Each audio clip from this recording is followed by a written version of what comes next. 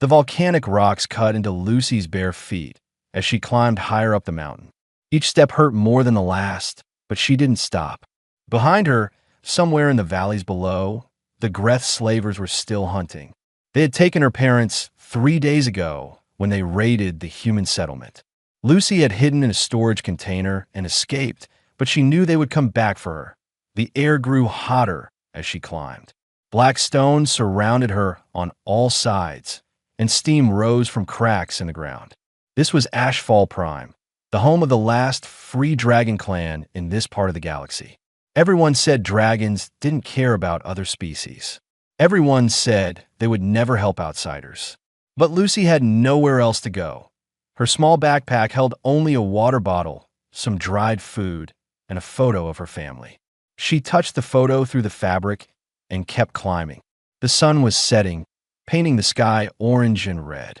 She had to reach the dragon territory before dark. A shadow passed overhead. Lucy looked up and saw something massive gliding between the mountain peaks. Wings as wide as a transport ship blocked out the dying sunlight. The dragon circled once, then disappeared behind a ridge. Her heart pounded, but she forced her tired legs to keep moving. 2 more dragons appeared as she climbed higher. These ones didn't fly away. They landed on rocks above her, watching with eyes that glowed like molten gold. One was deep blue with silver markings along its spine. The other was smaller and green with patterns that looked like leaves. A human child, the blue dragon said. Its voice rumbled like distant thunder. How did it get this far? Walked, obviously, the green dragon replied. Look at its feet. It's bleeding. Lucy stopped and looked up at them. Please, I need to speak with your chief. The blue dragon snorted, sending a puff of smoke from its nostrils. Chief Cormac does not meet with humans. Turn back, little thing, before you die on these rocks. I can't turn back, Lucy said. She tried to keep her voice steady. The Greth are hunting me. They took my family. I have nowhere to go. That is not our concern, the blue dragon said. The green dragon tilted its head, studying Lucy with curiosity. She came all this way alone. That takes courage. Courage or stupidity, the blue dragon muttered, but spread its wings and took off, heading deeper into the mountain range. The green dragon remained, watching Lucy with an expression she couldn't read. Wait here, the green dragon finally said. I will ask if the chief will see you, but do not hope for much. We do not involve ourselves in the affairs of other species. Lucy nodded and sat down on a flat rock. Her legs were shaking from exhaustion. She opened her water bottle and took a small sip, trying to make it last. The green dragon launched into the air with a powerful beat of its wings. Time passed slowly. The sky grew darker. Lucy's eyes kept closing, but she forced them open. She couldn't fall asleep here, not when she was so close. More dragons flew overhead, all heading in the same direction. They were gathering somewhere deeper in the mountains. Finally, the green dragon returned. Come with me, it said. Chief Cormac has agreed to see you, but be respectful. He is not pleased about this interruption. Lucy stood up, wincing as her cut feet touched the ground again. Thank you. The green dragon lowered itself closer to the ground. Climb onto my back. You move too slowly, and the chief's patience is limited. Lucy had never touched a dragon before. The scales felt warm and smooth under her hands as she climbed up. The dragon's body radiated heat like a furnace. She held on tight as they took off, rising into the air with powerful wing beats. They flew through a narrow canyon where the walls glowed red with heat. Other dragons perched on ledges, all watching as they passed. Lucy tried not to look down at the long drop below. The canyon opened into a massive circular valley surrounded by jagged peaks. In the center sat the largest dragon Lucy had ever seen. Chief Cormac was enormous. His scales were black like polished obsidian, reflecting the firelight from lava streams that flowed around the valley floor. Horns curved back from his head, each one as long as Lucy was tall. His eyes were the color of volcanic glass, ancient and cold. The green dragon landed and lowered itself so Lucy could slide off. Dozens of other dragons surrounded them, forming a circle. Lucy felt very small standing in front of Cormac. The chief dragon leaned down, bringing his massive head closer to her level. She could feel the heat radiating from his body. "You are either very brave or very foolish, human child," Cormac said. His voice was deep and powerful, making the ground vibrate beneath Lucy's feet. "Dragons do not shelter refugees. We do not involve ourselves in the conflicts of lesser species. Why should I break centuries of tradition for you?" Lucy met his gaze, even though her whole body wanted to run. "Because it's the right thing to do. Because the Greth are slavers and murderers. Because I have nowhere else to go. And because I'm asking." The gathered dragons murmured among themselves. An older dragon with gray scales stepped forward. "Chief, this is foolishness.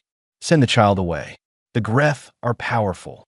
We have no reason to make enemies for one human."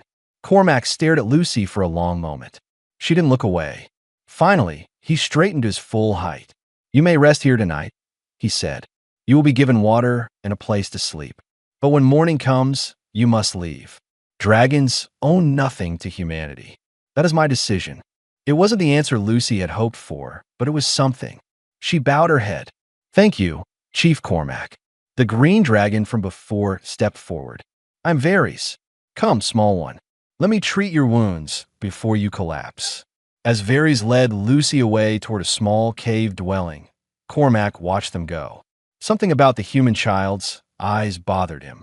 They held no begging, no desperation, only quiet determination. It reminded him of someone, though he couldn't remember who. He shook his massive head and turned away.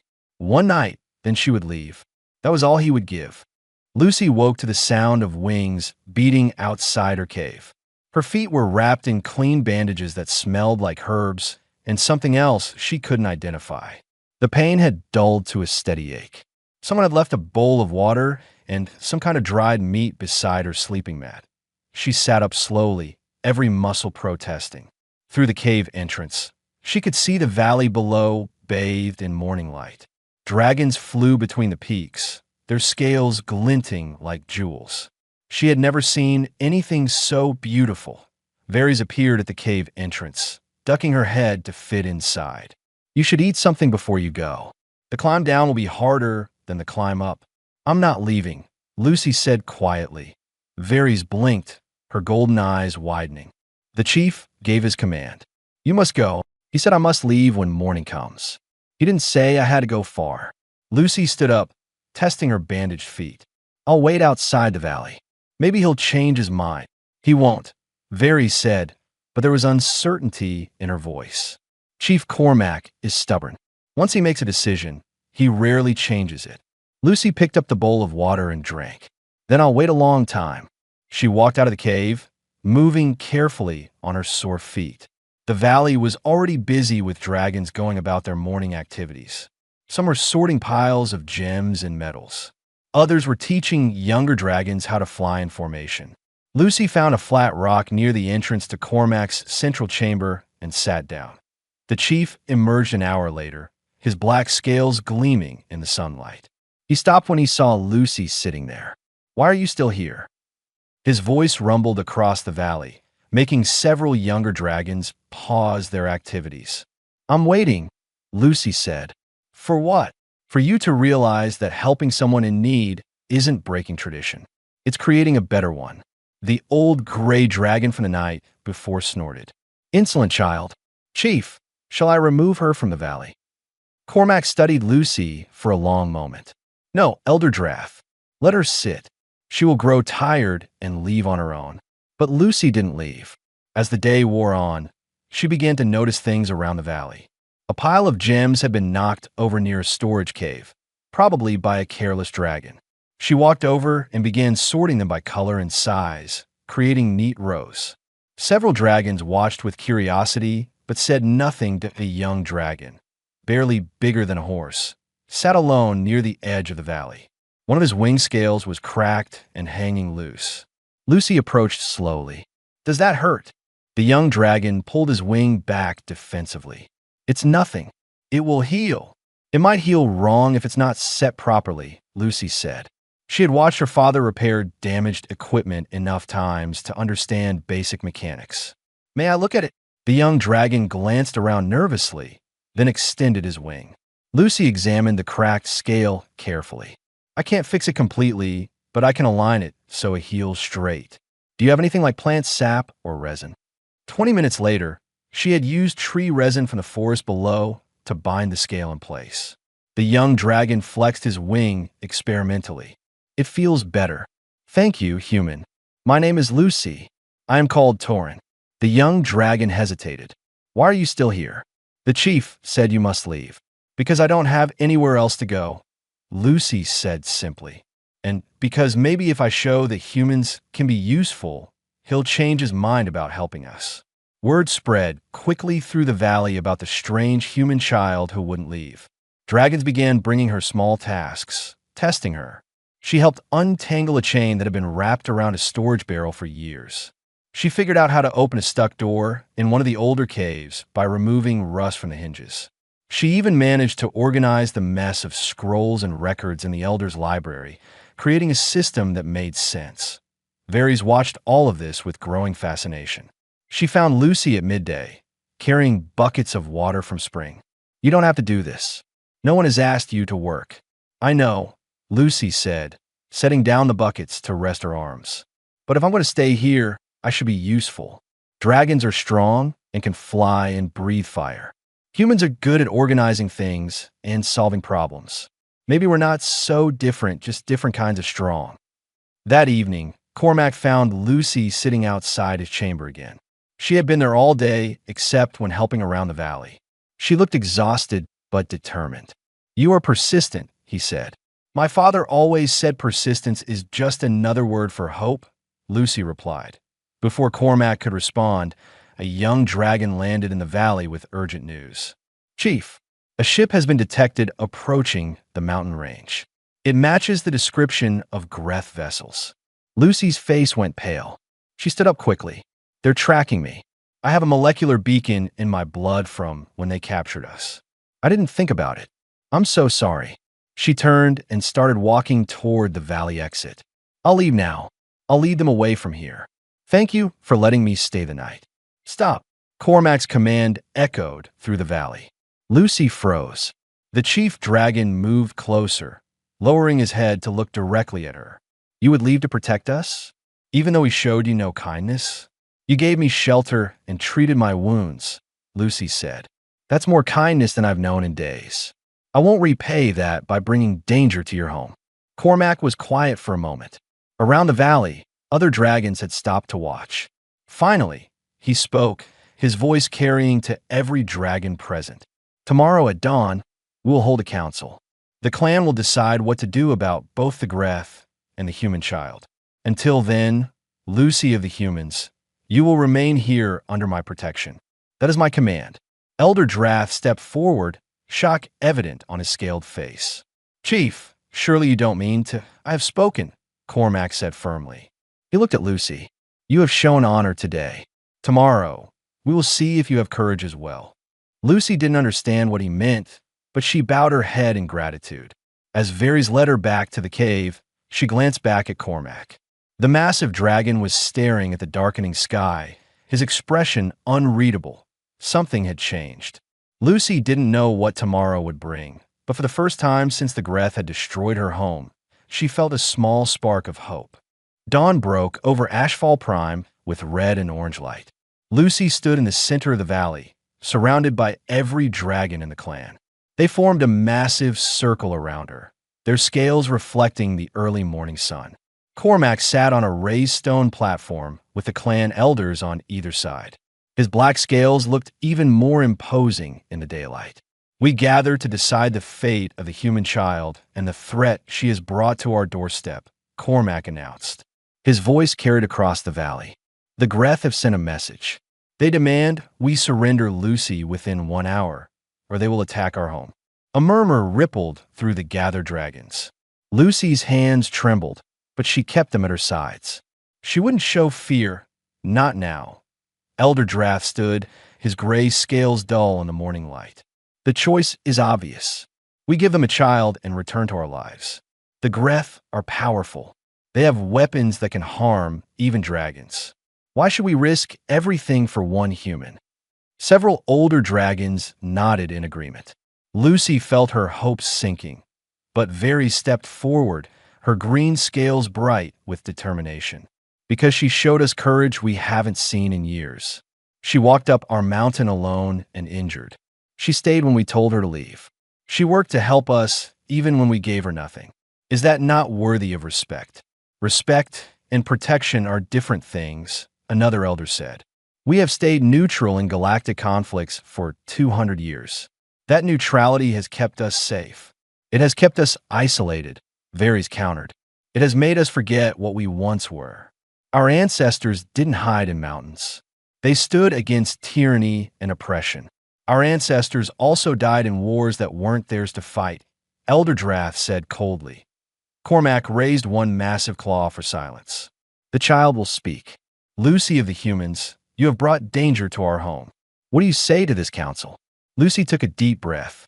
Her voice was small compared to the dragons, but it carried clearly in the quiet valley. I came here because I had no choice. The Greth destroyed my home and took my family. I knew dragons were powerful. I knew you kept to yourselves. But I also knew that sometimes, when you have nothing left, you have to ask for help from someone stronger. She looked around at the assembled dragons. Elder Drath asked why you should risk everything for one human. That's a fair question, but I have one too. What happens to you if you stay isolated forever? The Greth are expanding. They're taking over more systems every year. Eventually, they'll want your mountains too. Eventually, there won't be anywhere left to hide. The child speaks truth, a younger dragon said. The Greth grows stronger while we grow fewer. Elder Drath's eyes narrowed. She uses fear to manipulate us. I'm not trying to manipulate anyone, Lucy said. I'm asking you to imagine what you would do if you were me. If your home was destroyed, if your family was taken, if you had nowhere to go, would you give up? Or would you climb a mountain looking for help? Cormac leaned forward. And if we refuse? If we give you to the Greth to preserve our peace? Lucy met his gaze steadily. Then I'll go. I won't blame you. You don't owe me anything. But I hope you'll remember that when the Greth come for you next, because they will come. Slavers always do. The valley fell silent. Dragons looked at each other, uncertainty rippling through the crowd. Cormac stood, his massive form casting a shadow over Lucy. There's an old law among our people, he said slowly. A law that has not been invoked in over 300 years. It is called the trial by fire. Elder Drath's head snapped up. Chief, no. That trial is for those who claim dragon virtues but are not dragons, Cormac continued. For those who demonstrate courage, honor, and strength of will. The human child has shown these things. By ancient law, she has the right to attempt the trial. Varys looked worried. Father, no human has ever survived the trial by fire. The heat alone would. The law does not make exceptions based on species, Cormac said. He looked down at Lucy. If you pass through the sacred flames and survive, you will be considered part of this clan. We will grant you full protection and defend you as we would defend any dragon. But if you fail, we will surrender your body to the Greth and preserve our peace. Lucy felt ice in her stomach despite the warm air. What do I have to do? Cormac gestured to a massive pit at the far end of the valley. Even from a distance, Lucy could see flames dancing inside it. Walk through the fire. Reach the other side. If you can do that, you will have proven yourself worthy of dragon protection. This is madness, Elder Drath said. She's a child, a human child. The flames will kill her in seconds. Then she will die quickly, Cormac said, his voice hard. But it will be her choice, not ours. He looked at Lucy again. I offer you this trial not because I want you to succeed. I offer it because you have earned the right to try. What is your answer? Lucy thought about her parents. She thought about her father's steady hands as he taught her to breathe through pain during medical treatments. She thought about her mother's voice telling her that humans survived because they were adaptable. She thought about the photo in her backpack, the only thing she had left of home. I'll do it, she said. Gasps and murmurs spread through the crowd. Varys made a sound of distress. Even Elder Drath looked shocked. Cormac nodded slowly. Then it will be done at midday, when the sun is highest and the flames are strongest. Until then, you may prepare however you wish. As the council dispersed, Lucy walked toward the fire pit to see what she would face. The heat hit her from 10 feet away. The flames rose and fell in patterns, fed by volcanic vents below. It looked impossible. Varys appeared beside her, her voice thick with emotion. You don't have to do this. We could find another way. There is no other way, Lucy said quietly. This is the only chance I have. She stared into the flames, searching for a path through them, and tried not to think about how much it was going to hurt. Lucy sat near the fire pit, studying the flames. The sun had climbed higher, and the heat had grown more intense. Dragons gathered around the valley, forming a circle to witness the trial. Some looked curious. Others looked sad. A few looked like they thought this was a waste of time. Varys brought her a bowl of water. Drink this. Stay hydrated. It might help. Lucy drank, though her hand shook. Thank you for being kind to me. I wish I could do more, Varys said. Her voice was tight. I wish my father would just declare protection without this trial. But the old laws bind even a chief. He's doing what he thinks is right, Lucy said. She didn't know if she believed it, but she wanted to believe it. Following the law matters, even when it's hard. Cormac approached, his massive shadow falling over them. It is time. Lucy stood. Her legs felt weak, but she forced them to steady. The gathered dragons fell silent as she walked to the edge of the fire pit. The heat was overwhelming, like standing next to a furnace. Sweat already covered her skin. The pit was about 30 feet across.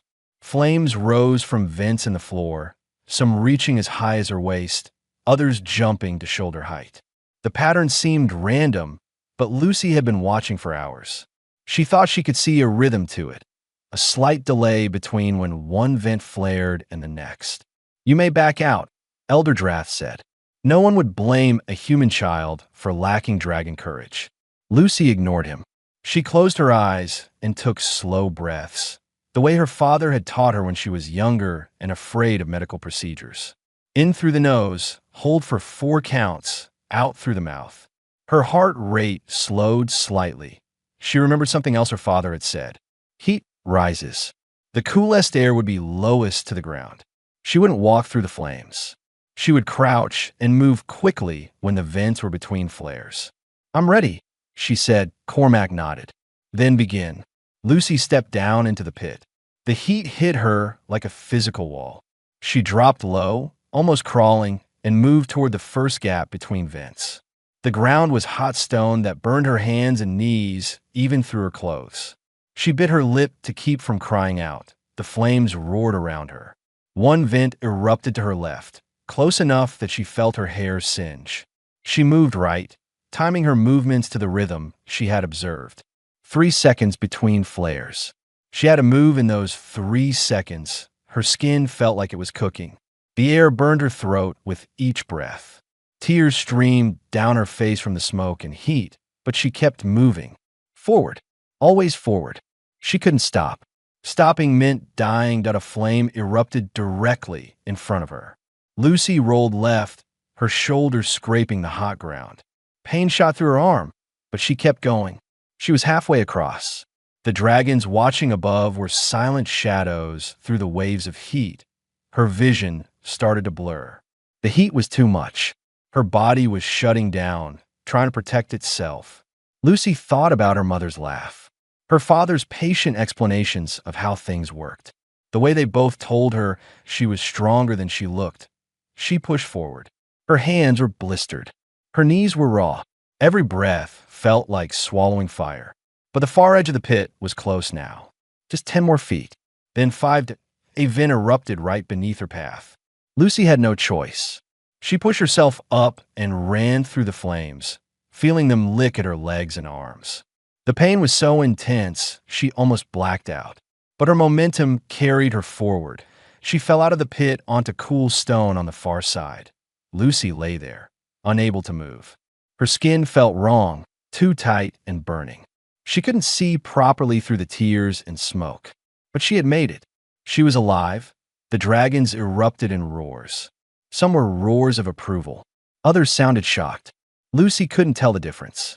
Everything was pain and heat and a desperate need to breathe clean air. Varys landed beside her, her claws gentle as she lifted Lucy. You did it. By all the ancient fires, you actually did it. Cormac approached slowly. He looked at Lucy's burned skin and trembling body. For a moment, his expression was unreadable. Then he raised his head and addressed the clan. The trial is complete. The human child has walked through dragon fire and survived.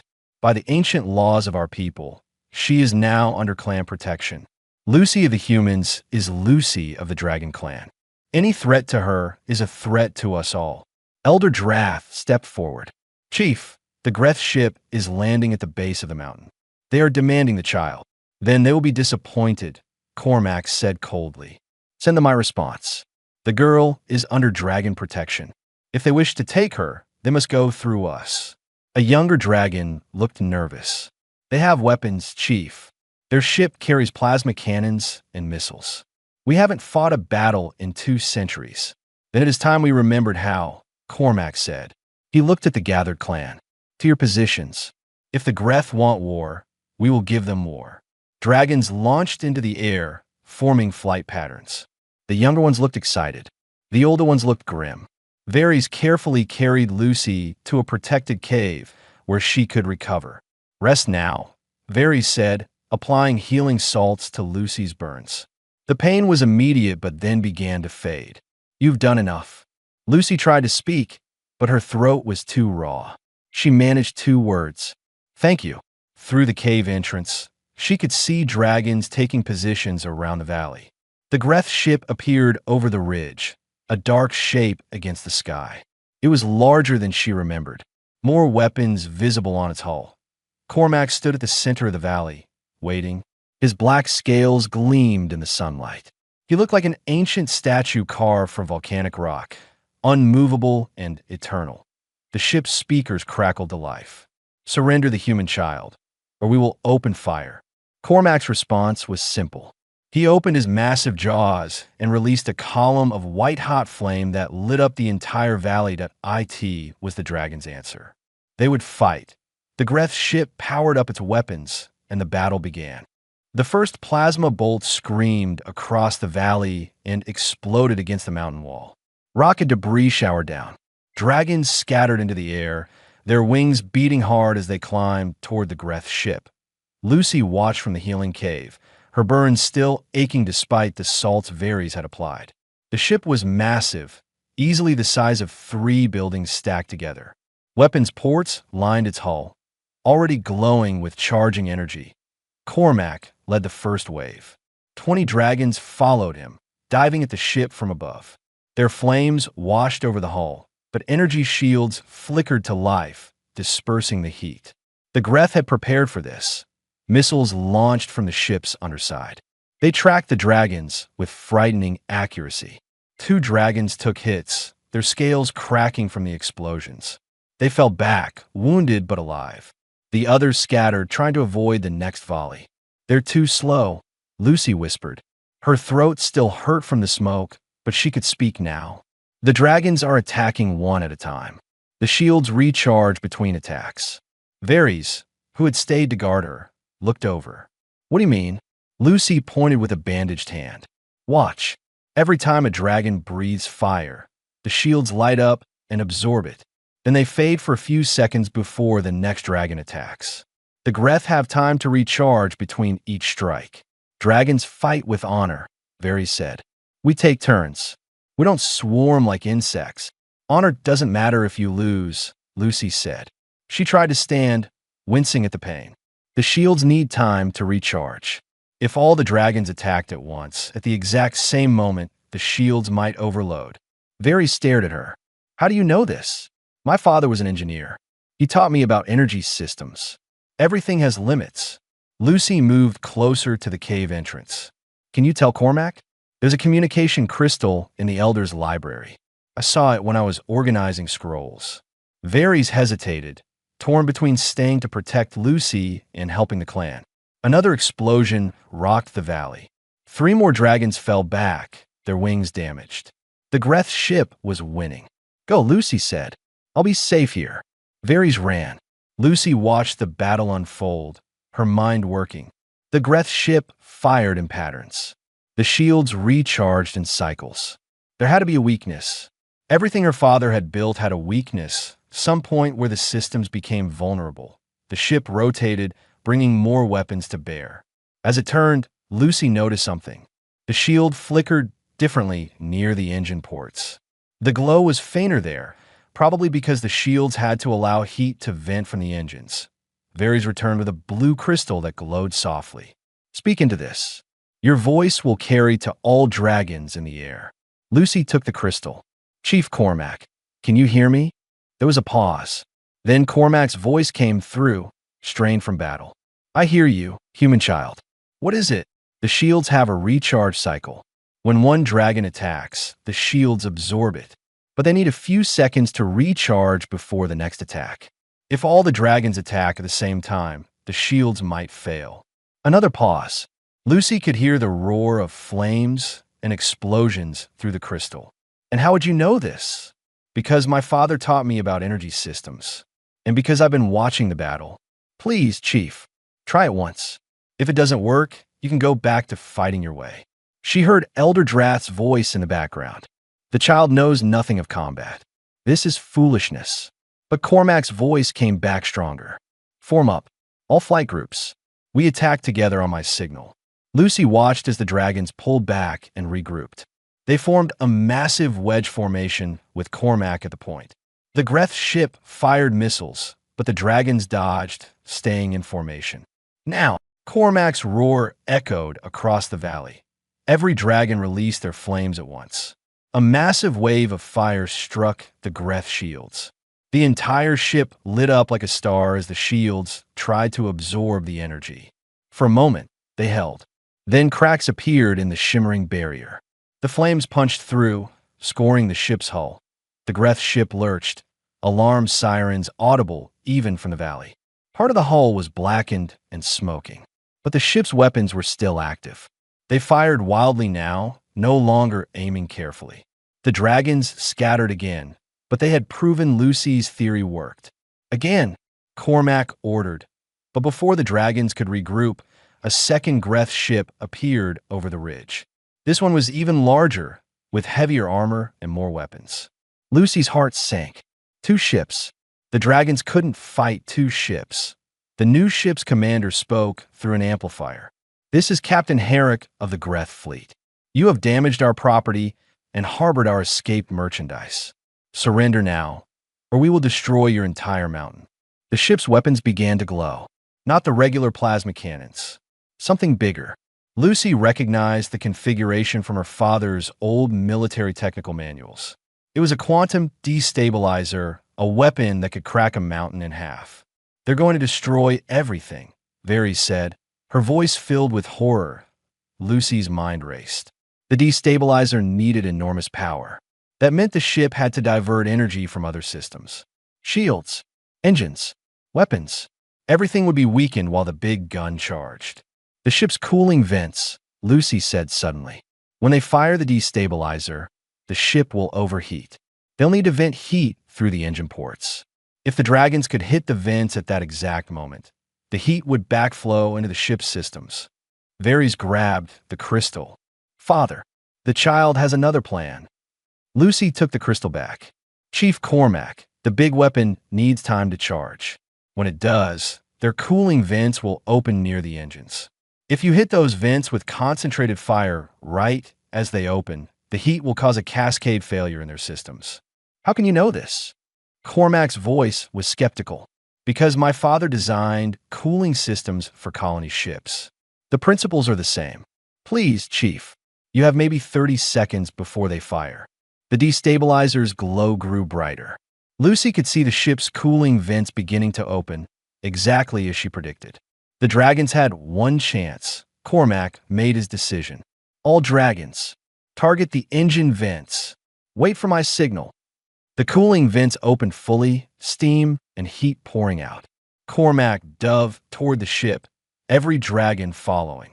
Now, their combined flames hit the cooling vents. The effect was immediate and catastrophic. The heat couldn't escape. It backflowed into the ship's systems. Explosions rippled through the vessel's hull. The destabilizer's charge became unstable. Both Greth ships lurched. The second ship's engines were failing. The first ship moved to support it, but its own damage was too severe. Captain Herrick's voice came through again, but this time it was strained. Retreat. Both ships retreat to orbit. This isn't over, dragons. The Greth do not forget. The damaged ships climbed away from the mountain, trailing smoke and sparks. The dragons roared in triumph, circling the valley in victory. Lucy collapsed against the cave wall, exhausted. Varys was beside her in an instant. You saved us. Your ideas saved the entire clan. The dragons did the fighting, Lucy said. I just watched and remembered what my father taught me.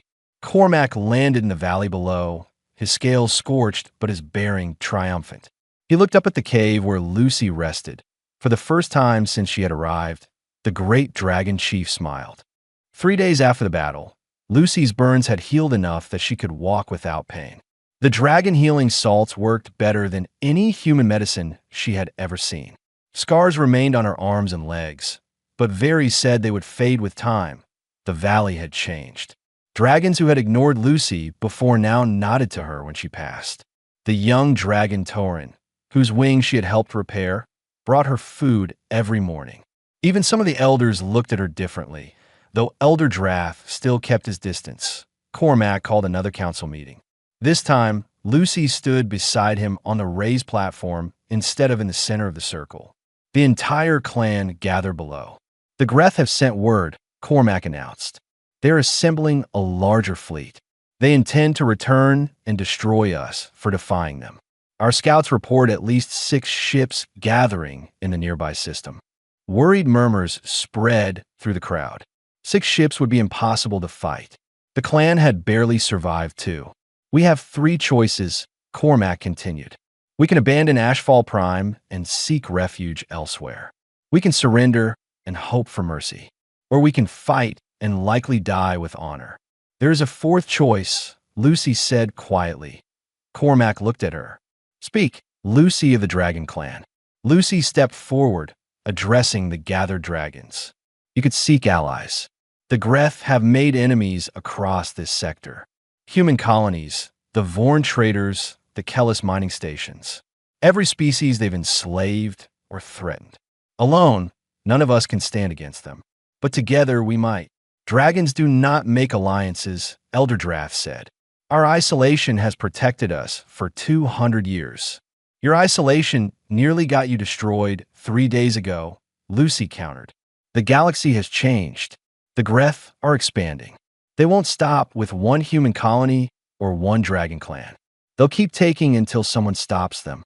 A younger dragon spoke up. But why would other species help us? We have offered them nothing. You have strength and fire, Lucy said. Humans have technology and numbers. The Vorn have trade networks and information. The Kellis have resources and manufacturing. Every species has something the others need. Varys stepped forward beside her father. The child speaks wisdom. I have flown over human settlements during my patrols. I have seen their cities and ships. They are weaker individually than dragons, but they build together. They share knowledge and resources. Perhaps it is time we remembered how to do the same. Cormac was silent for a long moment. Finally, he spoke. 200 years ago, our people were betrayed by those we called allies. They used our strength to fight their wars, then turned on us when we were weakened. That betrayal cost us half our clan. It is why we swore to never again involve ourselves in the affairs of other species. I understand, Lucy said. But the Greth aren't asking you to fight their war. They're bringing war to your home. The question isn't whether to get involved. You're already involved. The question is whether you face them alone or with help. Elder Drath shook his head. And if these new allies betray us as the old ones did, then you'll still have your fire in your mountains, Lucy said. But if you don't try, you'll definitely lose both. The valley fell silent. Dragons looked at each other, uncertainty and fear mixing with something Lucy hadn't seen before. Hope. Cormac spread his massive wings. I will consider this proposal. In the meantime, Lucy of the Dragon Clan, you spoke of human colonies and other species. Do you know how to contact them? Lucy nodded. My mother was a communications officer. I know the frequency protocols for human emergency channels. If I can use your long-range transmitter, I can send messages. Then you will do so, Cormac decided. Varys will assist you. We will see if the galaxy has anyone willing to stand with dragons against the Greth. Over the next 2 days, Lucy sent messages to every human colony within range. She explained what had happened, how the dragons had protected her, and the threat the Greth posed to everyone. She didn't expect much response. Why would humans help dragons they had never met? But the responses started coming. First one, then another, then dozens.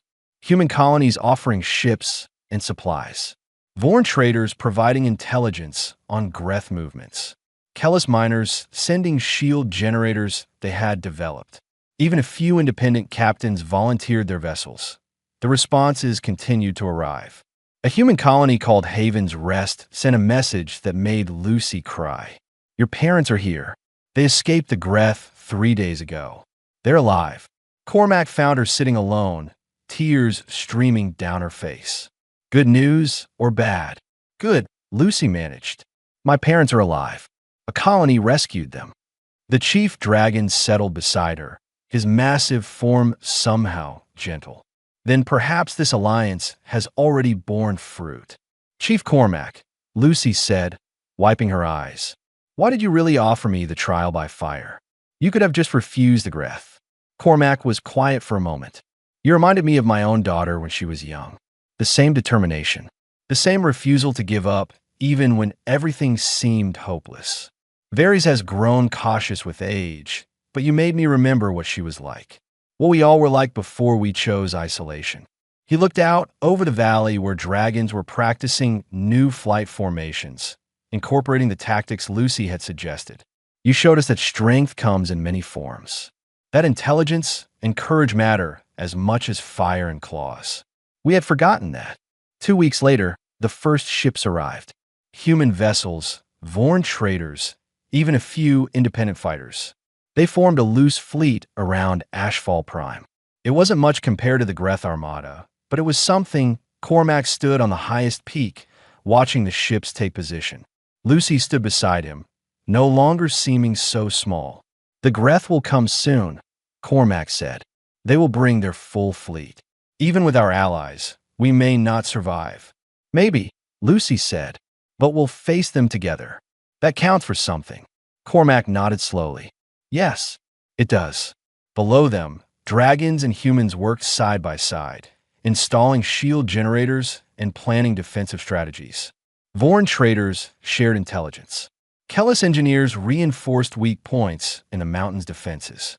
Species that had never worked together before were learning to coordinate.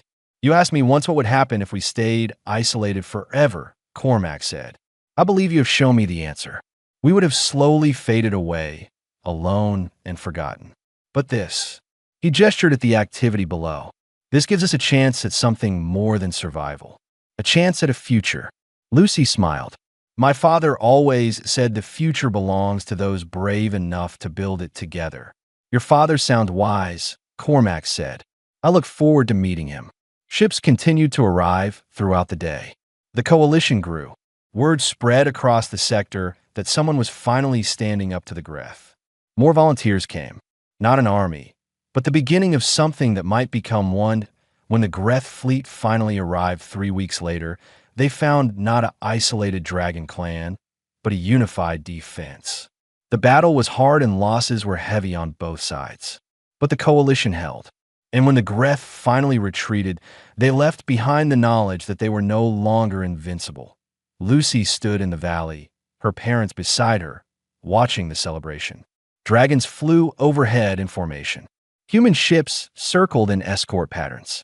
Different species that had been strangers a month ago now worked and fought together. Cormac approached, bowing his head to Lucy's parents. Your daughter saved my people.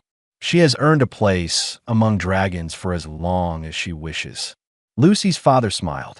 She has a habit of surprising everyone, including us.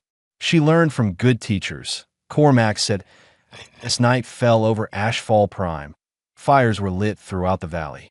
Dragons and humans and others gathered together, sharing stories of the battle and planning for the future. The age of isolation was over.